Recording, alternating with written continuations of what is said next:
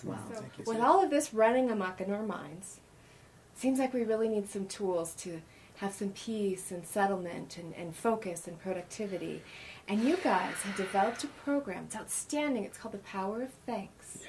So it gives people tools to be able to gather up this committee and get more of what they want in their life. So tell us a little bit about the Power of Thanks program. What I'd like to concentrate right now on is the 7 secret antidotes. And what they are is the thanks. Mm-hmm. And we have an acronym for thanks. And what I'm going to do is I'm going to kind of mention what those are real quick. And then I'm going to let Bob kind of define them just a little bit for us. Okay. But I think it's really, really important that our audience understand what the thanks program is all about. Absolutely. T is trustworthiness. You know, and the trustworthiness is something that has a number of layers to it, just like you'll find all these principles to have. You know, from a basic standpoint, trustworthiness is we say what we're going to do and then we do it. And then other people say, oh, you're trustworthy.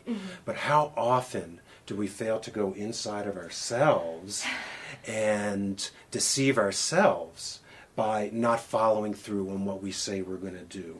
By not holding ourselves accountable in terms of areas that are hard for us or challenges. So we can develop this internal world of, oh, I'm going to start that diet next Monday. Right. And the perpetual diet that, you know, that collapses. And then we don't even trust ourselves around some of these things. So trustworthiness is about an inside job as well as our fellow mankind in terms of how we're holding ourselves accountable. And a lot of times, in order to be trustworthy and accountable to ourselves, we need support. We can't do it alone. I don't think we're designed to do this life alone. So having the support, having systems in place that can really help us to hold ourselves in a place of trustworthiness and be able to watch ourselves overcome our obstacles rather than being in that victim of, oh, this can't happen for me. That whole level of trustworthiness is a whole other arena that that we want people to really pay attention to and be connected with. Fantastic. Right. And the H? The H is honesty. Big one. Yeah.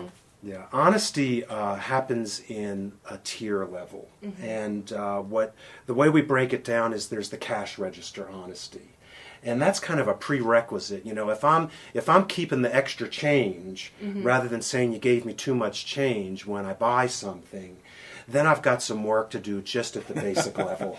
Right. You know, so that cash register honesty becomes the first level of what we start to work with. Then honesty from there becomes about integrity.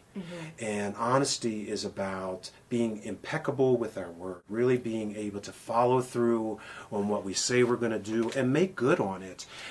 And it takes us out of that whole premise of, I've got to say something to always make you happy or make you feel good. Or, like you were talking about, I've got to be perfectly blunt in a group that is really all about support. Honesty can be done with integrity, and it needs to be done with being very, very mindful of the words we put out. Absolutely. And then, to me, the most important level that we focus on is self-honesty.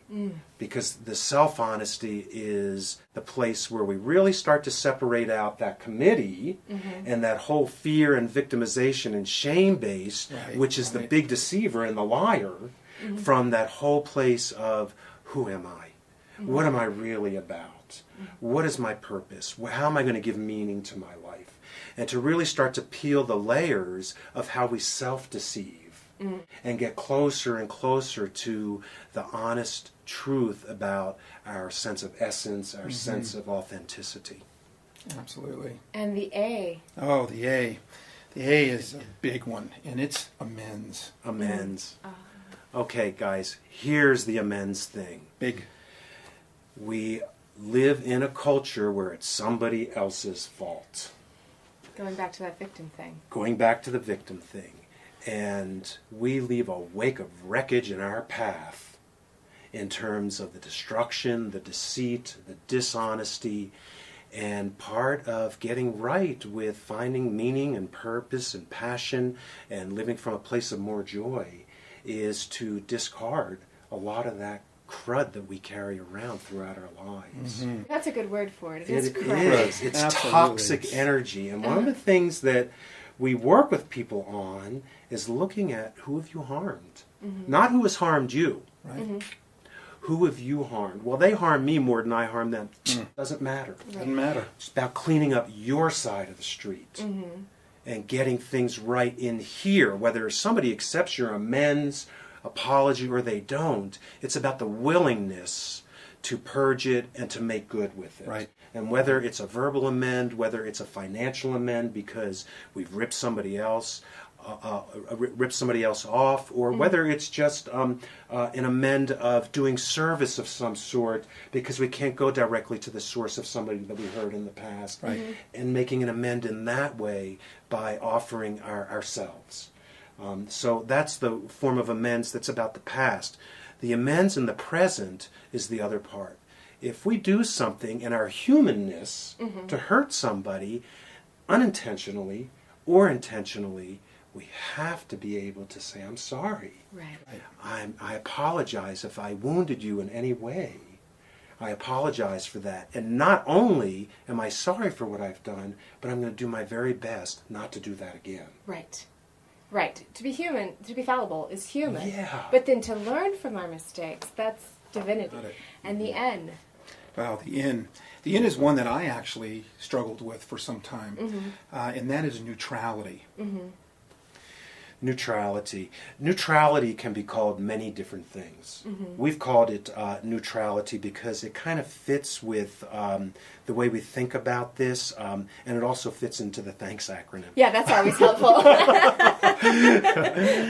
But it can be replaceable with authenticity, with essence, with living in the now, with divinity, with grace. So all these words are interchangeable, but the essence of neutrality that we teach is how to be where our feet are, how to be right here, right now. And neutrality is about detaching. It's about separating from those constructs that we learned from when we're little kids about needing more, not having enough, me, all that narcissistic stuff that we're taught, and staying in a position of, let me understand what's going on around me.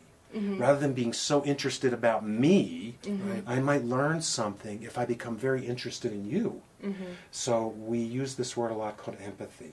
And we jump into your shoes for the purpose of really understanding what's your truth, what's your subjective reality.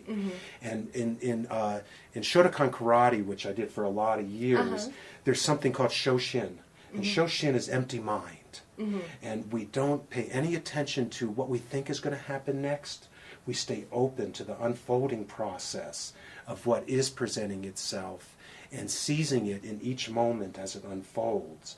And this is what we refer to as neutrality. Fantastic. And that leads us right into the K. K. K is one that I enjoy doing every single day. And it's such a big part of what we do in our lives to make us better people. And it folds right back into the trustworthiness, it folds into the honesty, the amends, the neutrality, and the K is for kindness. There's been studies that have been done that when people practice acts of kindness, and I'm not talking about being nice, acts of kindness, that there are neurotransmitters that release dopamine, cortisol, neuroepinephrine, and our design is that we feel better when we're in service, when we're kind, when we're giving for its own sake, without the whole premise of trying to get something in return. So kindness is about really getting out of ourselves and our self-centered thinking and extending ourselves over to somebody else, a cause, something else, and wanting to participate because it will help improve the relationships on our planet. It'll help us feel good inside. And ultimately, we experience a sense of well-being as a result of practicing kindness.